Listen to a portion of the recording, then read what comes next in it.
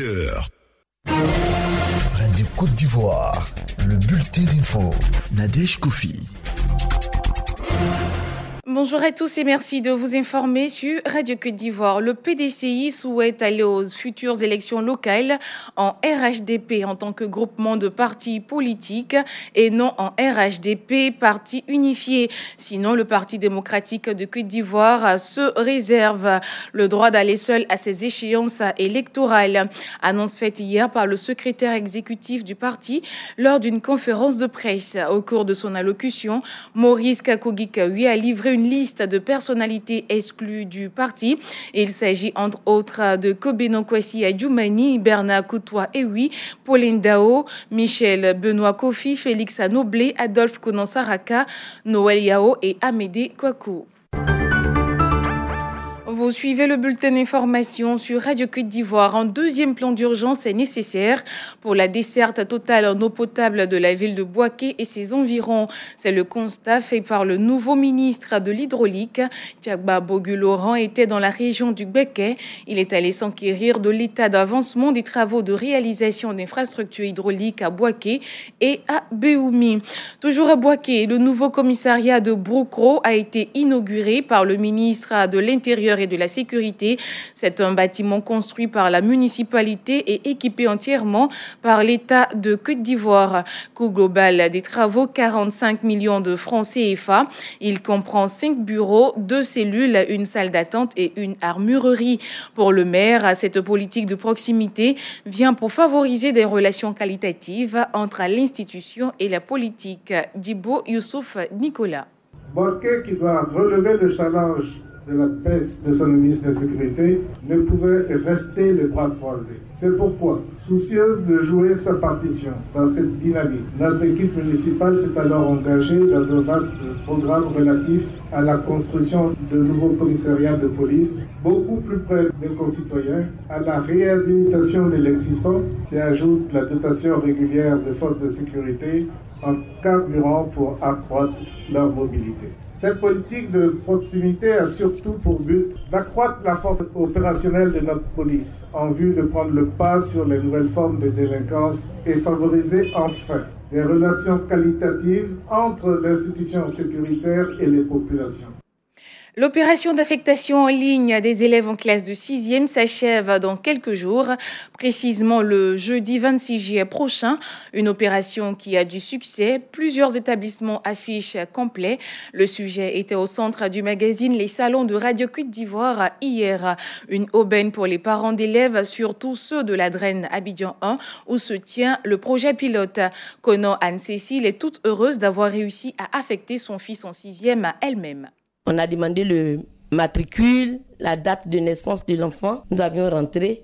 On nous a demandé de choisir l'établissement. D'abord la commune Cocody Centre et nous avons choisi le lycée moderne de Cocody. Quand on a fini la procédure, on dit que votre fils est affecté dans cet établissement. J'ai dit, mais habituellement, on attend la fin des vacances, les parents sont stressés, l'enfant est admis. Sera-t-il orienté? Mais par la grâce de Dieu, on me met que mon fils est affecté au lycée moderne. Donc le lendemain, j'ai immédiatement appelé l'opératrice qui m'a dit effectivement votre fils est affecté. J'ai dit, donc maintenant, c'est nous qui nous commandons, c'est nous qui nous affectons. Et ce que je voudrais dire sur ce projet, c'est un projet vraiment inclusif. Parce que moi, je suis une personne handicapée et quand ton enfant n'est pas affecté là où tu le souhaites, faire les démarches n'est pas souvent aisé pour nous. Toujours dans l'éducation, un bâtiment de 3 classes et 3 logements d'instituteurs viennent renforcer les infrastructures de l'école primaire publique de Bouko, une localité située à 32 km de Bouna. C'est un don de la ministre du Plan et du Développement, fille de la localité, donc qui vient en réponse à l'insuffisance d'infrastructures et au souci de permettre à tous les enfants de la sous-préfecture de Bouko d'avoir accès à l'école. Kabaniale.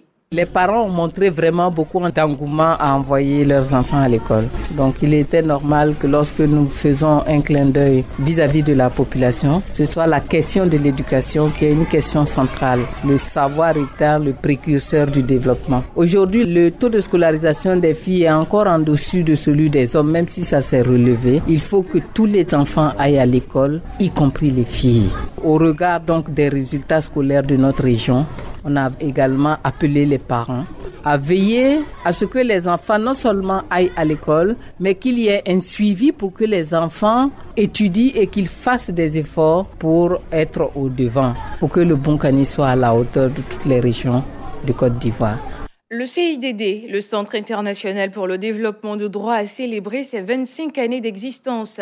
Célébration marquée par plusieurs activités. Plusieurs personnalités du droit ivoirien ont été primées au cours de cet événement, ainsi que les lauréats du concours de la meilleure plume en droit. Kofi Yao est l'un des lauréats de ce concours.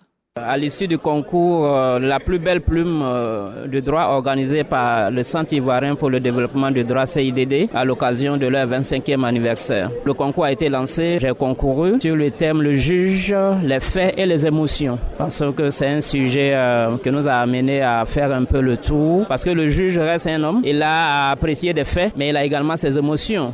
Parce que le juge, c'est pas Dieu. Donc, est-ce que les émotions influent sur sa décision au détriment de l'appréciation objective des faits? Donc, voici la grande équation, la problématique que nous avons eu à régler dans cette situation. On écrit peut-être en secret et quand c'est célébré devant tout le monde, devant des sommités comme le professeur Vaudier, en tout cas, je pense que ça ne peut que rendre heureux. Les populations de l'Indénié Douablin sensibilisées sur le recouvrement des amendes judiciaires. Objectif, permettre à l'État d'honorer ses engagements. Une campagne s'est ouverte à Abengourou en présence du conseiller technique du ministre de la Justice et des Droits de l'Homme. La correspondance de Richard Dibi à Beaunois.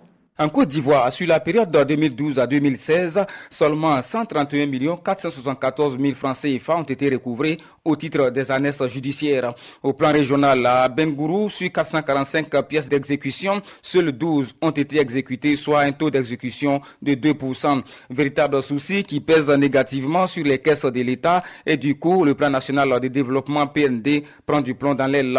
Il faut donc investir le terrain pour engager la sensibilisation auprès des contribuables. Daniego Kloufan Ngolo, magistrat hors grade, directeur des affaires civiles et pénales du ministère de la Justice et des Droits de l'Homme. Le premier intérêt, c'est faire exécuter les sanctions pénales. Parce que quand quelqu'un a commis une infraction, il faut bien qu'il soit sanctionné. Et la sanction qui s'applique à une telle personne, l'amende fait partie. Donc si l'amende a été infligée à son débiteur, il faut bien l'amener à payer. Maintenant, lorsque le débiteur n'est pas au courant de ce que l'amende est une sanction principale, il est de notre devoir de nous déplacer pour expliquer aux populations que le paiement de l'amende fait partie de l'exécution de la sanction pénale. C'est une rencontre qui a mobilisé du beau monde, magistrats, officiers de police judiciaire, directeurs régionaux sous l'œil vigilant du préfet des régions, préfet du département d'Abengourou. Plusieurs thématiques ont été développées avec à la clé un film institutionnel pour faire comprendre à l'assistance l'intérêt d'un tel rendez-vous dédié aux finances nationales. Richard Dibi à Bengourou, Radio Côte d'Ivoire. Dans l'actualité hors de nos frontières présidentielles au Zimbabwe, l'écart se resserre entre le président sortant Emerson Mnangagwa et le leader de l'opposition Nelson Chamisa. Selon un récent sondage, l'opposition zimbabwéenne récolte 37% des intentions de vote contre 40% pour la ZANU-PF, un écart de 3 points seulement qui semble indiquer que le parti majoritaire pourrait perdre le pouvoir pour la première fois depuis l'indépendance. Au Zimbabwe, les élections ont souvent été marqué par les fraudes et les violences, mais cette fois, l'exécutif promet un scrutin libre et juste. Seule manière de rompre avec l'héritage de Robert Mugabe et d'attirer les investisseurs dans le pays. Les élections harmonisées au niveau local, parlementaire et national auront lieu le 30 juillet prochain. Au Mali, le fichier électoral est toujours en débat. En fin de semaine dernière, le principal parti d'opposition a dénoncé l'existence d'un fichier électoral parallèle. Le fichier mis en ligne par la Direction générale des élections n'est pas le même que celui audité par les experts de l'OIF selon l'URD. Tentative de fraude selon le parti politique. Erreur technique explique les autorités organisatrices du scrutin. Le directeur général des élections, Siaka Sangare, convoque une réunion ce lundi avec les partis politiques et les observateurs internationaux. L'URD a d'ores et déjà annoncé qu'il n'y participerait pas. C'était le Bulletin d'info, présenté par Nadège Kofi.